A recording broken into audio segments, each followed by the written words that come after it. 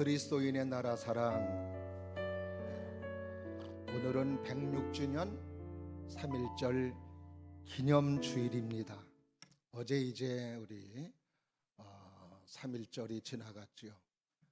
어제 3.1절 106주년 3.1절인데 이제 우리 한국교회에서는 이제 그 3.1절을 기념해서 오늘 기념주일로 지키고 있습니다.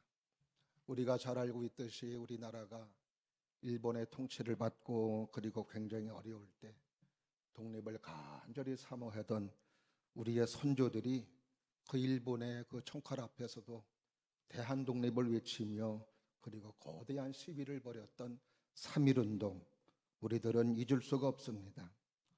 3.1운동 당시에 참가했던 인원이 200만 명이 참가했다고 그러고 사망이 7,509명, 그리고 부상자가 15,850명, 그리고 체포된 사람이 45,306명이 체포됐고 불탄 민가가 715호, 교회가 47개 교회, 그리고 학교가 2개가 불탔다고 했습니다. 정말 이 3.1운동은 나라를 사랑하고 또 민족을 사랑한 애국애적 운동의 정신에 기인했다는 사실을 아마 그 누구도 부인할 수 없을 겁니다. 그 당시 인구는 2천만 명이 좀 안 돼요. 근데 우리 기독교 인구가 그때 1% 정도 되는 20만 명 정도였다고 그럽니다. 근데 이 소수의 20만 명의 기독교 인구가 민족을 일깨우고 3.1운동을 주도해 나갔다라고 하는 것을 여러분이 많이 들으셨을 거예요. 민족대표 33명 가운데 16명이 기독교 인사였다는 것. 당시 조선 총독부가 남긴 비밀 문건 속에는 이렇게 그 문건에 기록되어져 있다고 합니다. 이 민족에게 소망을 줄 수 있는 유일한 기관이 있다면 그것은 조선의 교회라고. 그만큼 우리 하나님의 사람들이 1%밖에 안 되는 적은 소수이지만 민족을 깨우고 그리고 선도해 나갔다는 사실을 우리들은 너무나도 잘 알 수 있습니다. 정말 교회는 사람들의 의식을 많이 바꿔놨습니다. 미신과 우상을 타파하고 그리고 신분제도를 철폐하는 데 앞장섰습니다. 오직 하나님만을 섬겨야 된다고 하면서 모든 백성들은 평등하다는 사실을 전파했어요.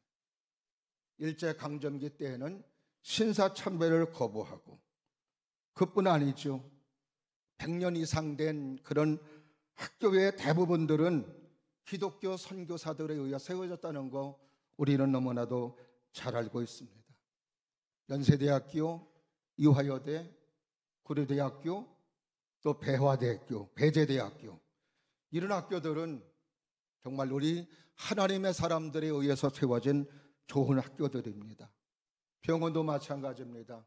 세브란스 병원, 대구의 동산병원, 전주예수병원, 그리고 인천의 기독병원들도 바로 이 선교사들에 의해서 세워진 귀한 곳들이에요.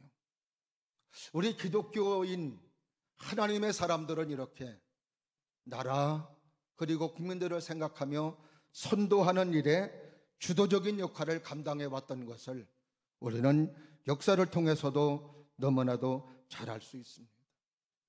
하나님의 사람들은 나라를 빼놓고 이야기할 수 없고, 우리 믿음의 사람들은 나라를 생각할 수밖에 없습니다. 오늘 본문의 말씀은 참 동족을 향한 바울의 견딜 수 없는 고통과 그 아픔을 오늘 본문의 말씀에서 우리들에게 소개해 주고 있습니다. 그 고통이 얼마나 힘들고 어려운 고통이었는가, 오늘 그 마음의 근심과 고통이 어떤 것인가를 1절 말씀에서 잘 소개해 주고 있습니다.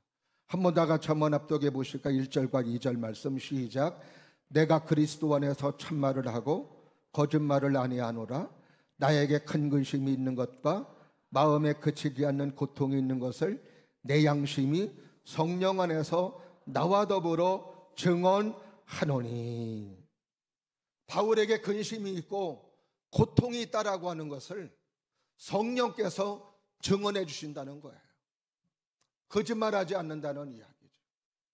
그만큼 동족들을 생각하고 동족들을 생각할 때 너무나도 마음이 아프고 너무나도 근심이 되고 너무나도 아픔을 사도 바울은 오늘 본문의 말씀에서 말하고 있습니다.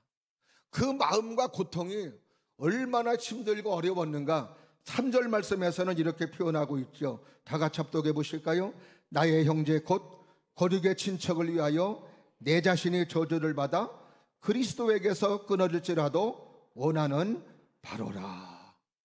내 거룩의 친척을 위해서, 내 동족을 위해서 내가 저주를 받아 그리스도에게서 끊어지는 한이 있을지라도 내 권력들이 잘 되기를 바라는 마음으로 이렇게 지금 마음 아파하고 마음의 고통을 표현해 주고 있습니다. 그 고통이 뭘까요? 자기가 이렇게 저주를 받아 끊어지는 한이 있을지라도 내 권력의 친척들이 어떻게 되기를 바라는 마음이에요? 바로 예수 믿고 구원받고 하나님의 축복의 사람이 되기를 바라는 마음이 그 바울의 마음속에 간절함을 말씀해 주시고 있습니다.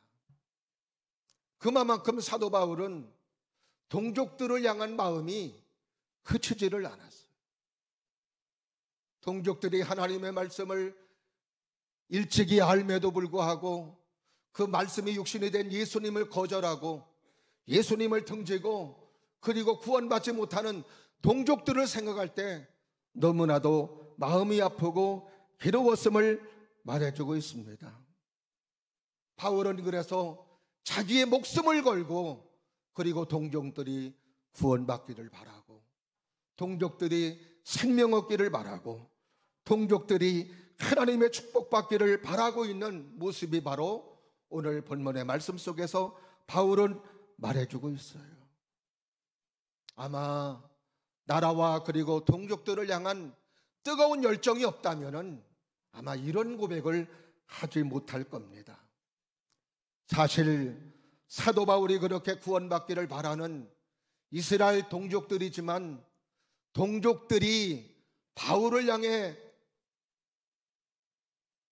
모든 것을 행하는 태도들은 바울 같은 마음이 아니었습니다.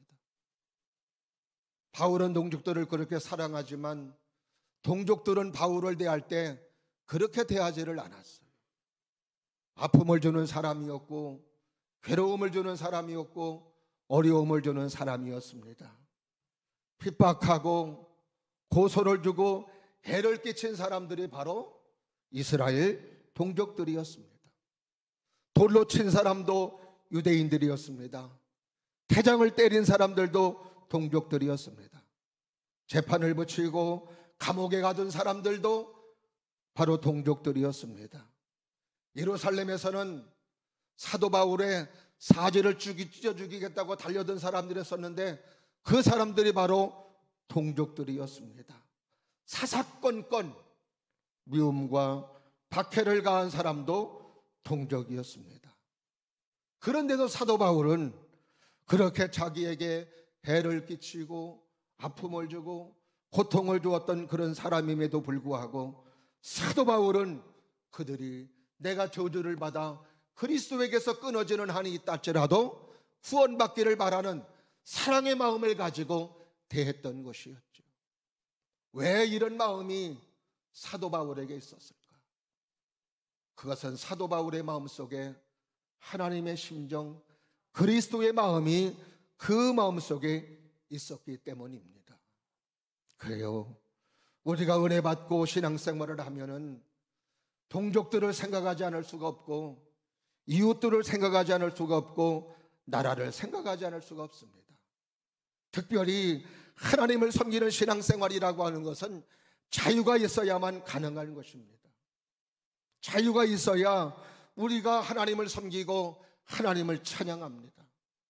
오늘 우리가 마음껏 예배하고 마음껏 기도하고 마음껏 찬양하고 마음껏 하나님께 충성할 수 있는 것, 신앙의 자유가 있기 때문에 우리는 이렇게 자유롭게 예배를 드리고 기도하고 어떤 제재를 받지 아니하며 하나님을 찬양하며 하나님을 송축합니다. 이게 왜 그러느냐? 자유민주주의 때문에 그런 거죠. 자유민주주의, 대한민국이라는 나라가 자유민주주의 체제이기 때문에 우리는 이렇게 하나님을 섬기는 일에 자유하게 하나님을 섬기며 하나님을 송축하고 있습니다. 지금도 하나님을 송축하고 싶어도, 예배드리고 싶어도 못하는 사람들이 너무나도 많이 있습니다. 개인의 문제가 아니에요. 어떤 나라의 체제 때문에 그렇습니다. 사회주의나 공산주의나 독재정권이나 아니면은 모슬렘 정권, 이런 속에서는 하나님을 마음껏 예배할 수 없습니다. 마음껏 기도할 수 없습니다.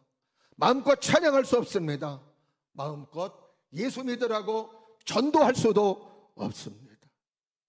그러나 우리는 이렇게 신앙의 자유가 있기 때문에 오늘도 마음껏 예배하고 마음껏 찬양하고 마음껏 전도하고 마음껏 복음을 전할 수 있는 것, 신앙의 자유가 있는 자유 대한민국이기 때문에 가능한 것인 줄로 믿습니다. 그러니 오늘도 우리는 대한민국을 위해서 기도해야 되고 대한민국을 사랑해야 되는 것은 너무나도 당연한 것입니다. 나라가 있기에 우리의 개인의 안정 질서도 다 보존이 되고, 그리고 우리의 인권과 그리고 우리의 모든 재산들도 다 보호가 되지요. 만약에 나라가 없다면 우리의 모든 인권이나 재산 누가 보호해 주겠습니까? 그러기에 오늘도 나라를 위해서 기도하는 사람, 나라를 사랑하는 신앙인들, 하나님의 사람들이 되어야 될 줄로 믿습니다. 당시에 3.1운동을 일으켰던 교회 성도들, 1%밖에 안 되는 적은 소수의 무리들이 어떤 신앙을 가졌기에 그렇게 나라를 견인하는 굉장히 중요한 역할을 할 수가 있었을까? 첫 번째로는 따라하십니다.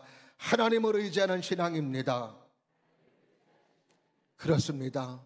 소수의 사람들이지만 그들은 하나님을 의지하는 믿음을 가졌던 거예요. 개인의 어려움도 있고 나라의 어려움도 있을 때 우리는 그 어려움들을 누구의 도움을 받아야 돼요? 하나님의 도움을 받아야 돼요. 우리의 힘으로 해결할 수 없는 일들이 우리들은 너무나도 많이 있습니다. 더군다나 그 당시 우리나라는 나라를 빼앗겼어요. 힘이 없어서 나라를 빼앗겼으니 우리가 뭔 소망이 있겠습니까?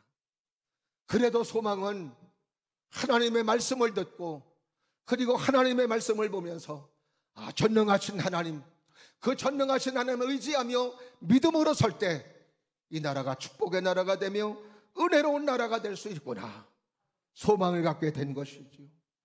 우리가 성경 속에서도 역대하 20장에 보면은 여호사밧이 이스라엘 민족을 다스리고 있을 때에 암몬 사람들, 모한 사람들, 마온 사람들이 연합하여 이스라엘을 공격해 들어왔습니다. 그때 여호사밧은 너무너무 두려워요. 여호사밧도 하나님을 잘 섬기는 믿음의 사람입니다. 그런데 여호사밧이 의지할 곳은 하나님밖에 없는 거예요. 그래서 여호사밧이 모든 백성들을 불러놓고 그리고 금식을 명령하며 하나님 앞에 기도하기를 이렇게 기도합니다. 은혜를 베풀어 달라고, 하나님의 역사해 달라고. 역대하 20장 12절 말씀해 보니까 그 여호사밧과 그리고 백성들이 기도하는 내용이 나옵니다.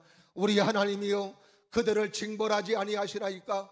우리를 치러오는 이 큰 무리를 우리가 대적할 능력이 없고 어떻게 할 줄도 알지 못하옵고 오직 주만 바라보나이다. 따라 하십니다. 오직 주만 바라보나이다. 할렐루야. 오직 주님만 바라봅니다. 그랬을 때에 하나님께서는 하나님의 말씀을 통해서 이 전쟁은 여호와께 속한 것인즉 너희들은 승리하고 이기는 것을 목격할 것이라고. 정말로 하나님께서는 이스라엘 민족들의 싸움도 하지 아니하고 그들을 스스로 자존질환을 일으켜서 그들을 스스로 싸우게 해서 결국 이스라엘 민족이 연합군대를 물리치고 승리했던 것을 역대하 20장을 통해서 우리들은 너무나도 잘 알 수 있습니다. 어떻게 이 큰 일본 제국 앞에 얼마 안 되는 소수의 기독교인들이 독립운동에 앞장설 수가 있을까? 다른 거 아닙니다. 하나님을 의지하는 믿음이 그들을 그렇게 일하게 했던 것이었습니다. 실제로 3.1운동이 시작된 직후 그리스도인들에게 독립단 통고문이라는 문서가 배포되었습니다. 여기에 이런 내용이 있습니다. 성도는 매일 3차례 기도하되 주일은 금식하며 매일 성경을 읽되 월요일은 이사야서 10장, 화요일은 에레미야서 12장, 수요일은 신명기 28장, 목요일은 야고보서 5장, 금요일은 이사야서 59장, 그리고 토요일은 로마서 8장을 다 읽을 것이라. 근데 이 말씀에 공통점이 있습니다.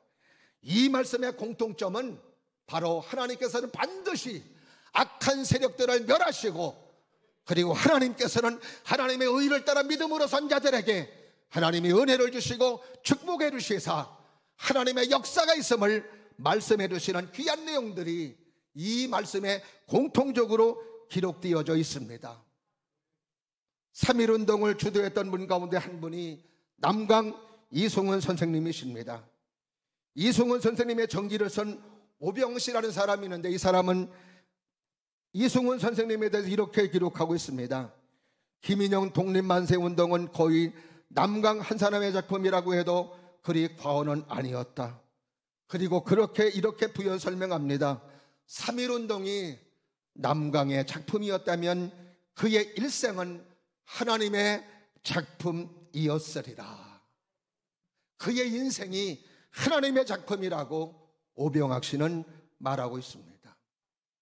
정말 이승훈 씨는 수차례 일경에 의해 투옥되고 많은 고초를 당했다고 합니다.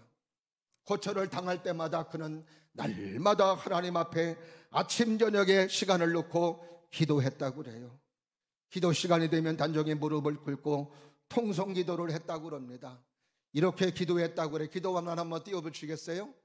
예, 다 같이 한번 떠겨보십니다. 당신은 항상 이런 어려운 고난을 통하여 우리의 잘못을 깨우쳐 주시고 더욱 크고 훌륭한 일을 할 수 있도록 연단해 주시는 분이심을 압니다. 오 하나님, 이 고난과 시험을 잘 이기게 하여 주옵소서. 주님의 은혜로 저를 지켜주셔서 제 마음이 약하여지지 않게 해주시고 담대함과 강건함을 주옵소서. 그런 옥중에서 이런 기도를 했으며 구약성경을 20번 통독하였고 신약성경을 40번이나 통독하였다고 합니다.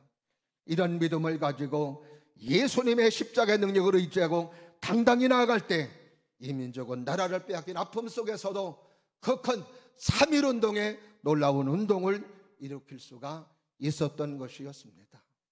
오늘도 우리가 의지할 분은 하나님밖에 없습니다. 오늘도 교동문의 시편 146편 참 제가 좋아하는 거예요. 할렐루야, 내 영혼아 여호와를 찬양하라. 귀인들을 의지하지 말며 도울 힘이 없는 인생도 의지하지 말지니. 그의 호흡이 끊어지면 그의 모든 생각이 흙으로 돌아가서 소멸하리로다.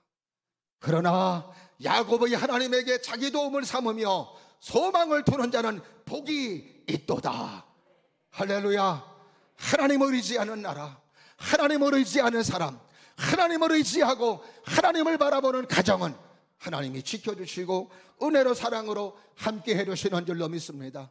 그때 당시에 얼마 안 되는 소수의 기독교인들이지만 이 하나님을 의지하고 나갔을 때 그 큰 역사를 일으킬 수가 있었고 많은 사람들을 깨웠으며 그리고 나라의 지도자로서 견인한 역할을 감당할 수가 있었던 것이었습니다. 두 번째로 또 3.1운동 당시에 우리 기독교인들은 어떤 믿음을 가졌느냐 따라 하십니다. 두려움을 극복한 담대한 신앙입니다. 그렇습니다. 두려움을 극복한 담대한 믿음을 가지고 있었던 거예요. 가장 신앙생활의 적은 두려움입니다. 그래서 하나님은 늘 우리에게 두려워 말라고 말씀해 주세요. 어떤 성경학자는 두려워하지 말라는 그 문구가 성경에 365번이 적혀 있다고 그래요. 저는 세보지 않았습니다. 그냥 그렇게 말씀하시는 분을 믿어요. 의심되시는 분들은 체크하면서 한번 세보세요. 근데 참 365번이 적혀 있다라고 하는 것에 의미가 있지 않습니까? 1년 365일이에요. 하나님께서 날마다 어제 두렵지 않더라도 오늘 자고 일어나면 또 두려워요. 또 믿음 가지고 또 두려움을 극복하면 다음날 되면 또다시 두려움이 생겨요. 그래서 하나님께서는 두려워하지 말라는 귀한 말씀을 날마다 우리에게 해주시는 것이 아닌가. 하나님의 사람이라고 해서 두려움이 없는 거 아닙니다. 두려움이 다 있어요. 그러나 우리 믿음의 사람들은 두려움을 극복하는 하나님의 사람이죠.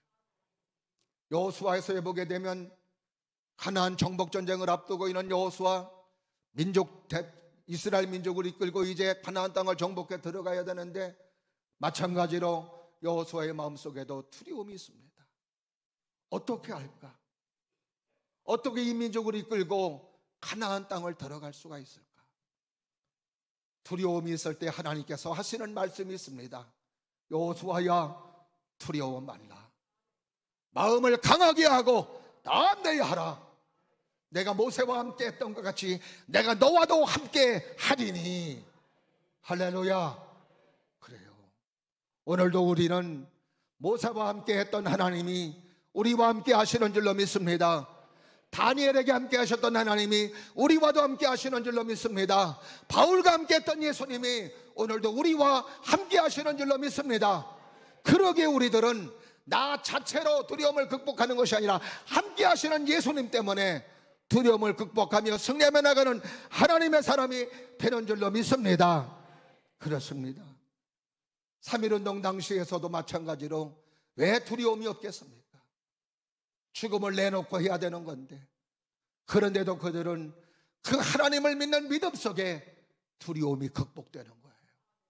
두려움이 극복되니까 박해, 핍박, 감옥, 심지어는 죽음까지도 두려움을 극복하며 만세운동을 벌이는 아름다운 모습을 우리는 3.1운동의 역사를 통해서 잘 알 수가 있습니다. 우리가 잘 아는 영원한 누나, 유관순 누나가 있어요. 모교회가 우리 감리교회, 매봉감리교회가 모교회입니다.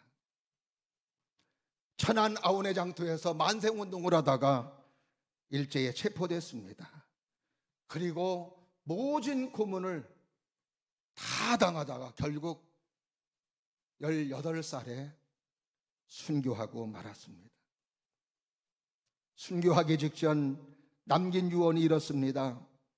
여러분, 조선의 해방이 눈앞에 다가왔습니다. 용기를 가지고 다 함께 일어나십시오. 하나님께서 우리를 도우실 것입니다. 이제는 시간이 임박하였습니다. 원소 일본을 물리쳐 주시고 이 땅의 자유와 독립을 주옵소서. 대한독립 만세, 대한독립 만세.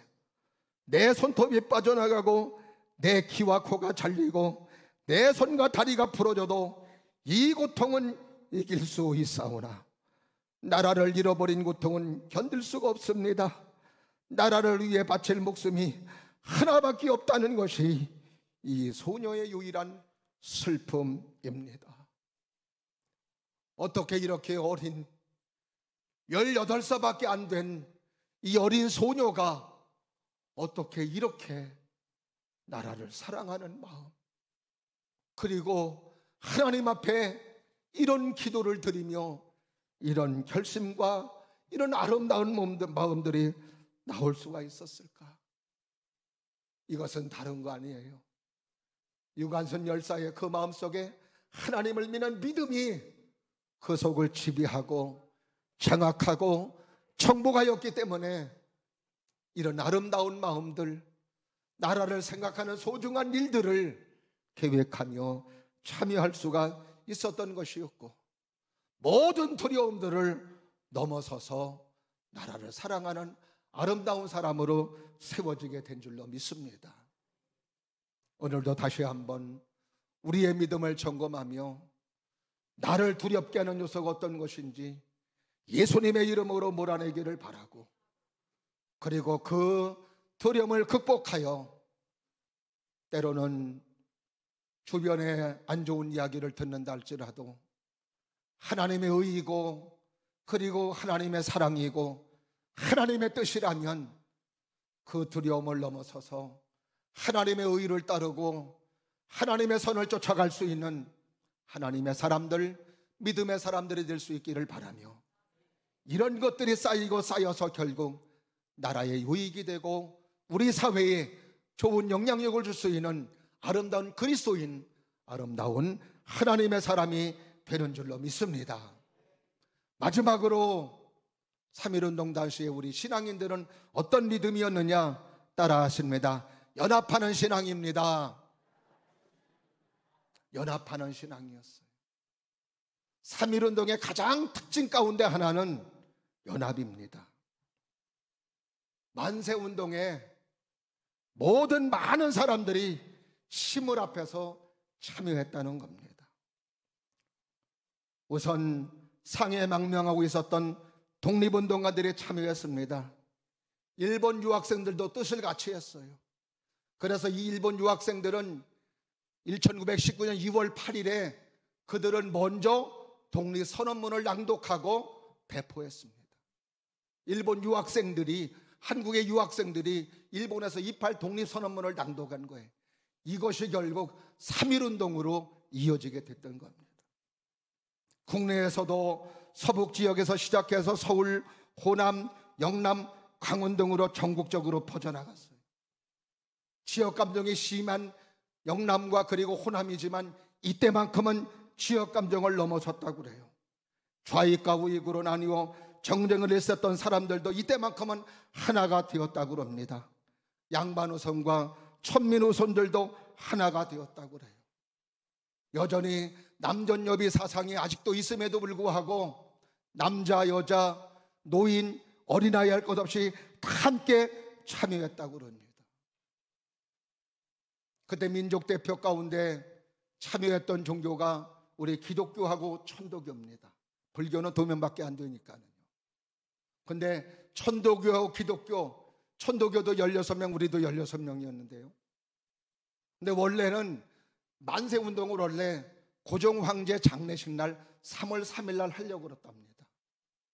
3월 3일 날 하려고 그때 민족 대표들이 참여해서 함께 만세운동을 벌이려고 그랬는데, 회의를 하다가 자칫 잘못하면은 폭력 시위가 되며 그러면 끔찍한 사고가 벌어질 것 같아서 다시 수정을 해서 3월 2일로 결정을 하려고 그러는데 3월 2일이 주일이었던 겁니다.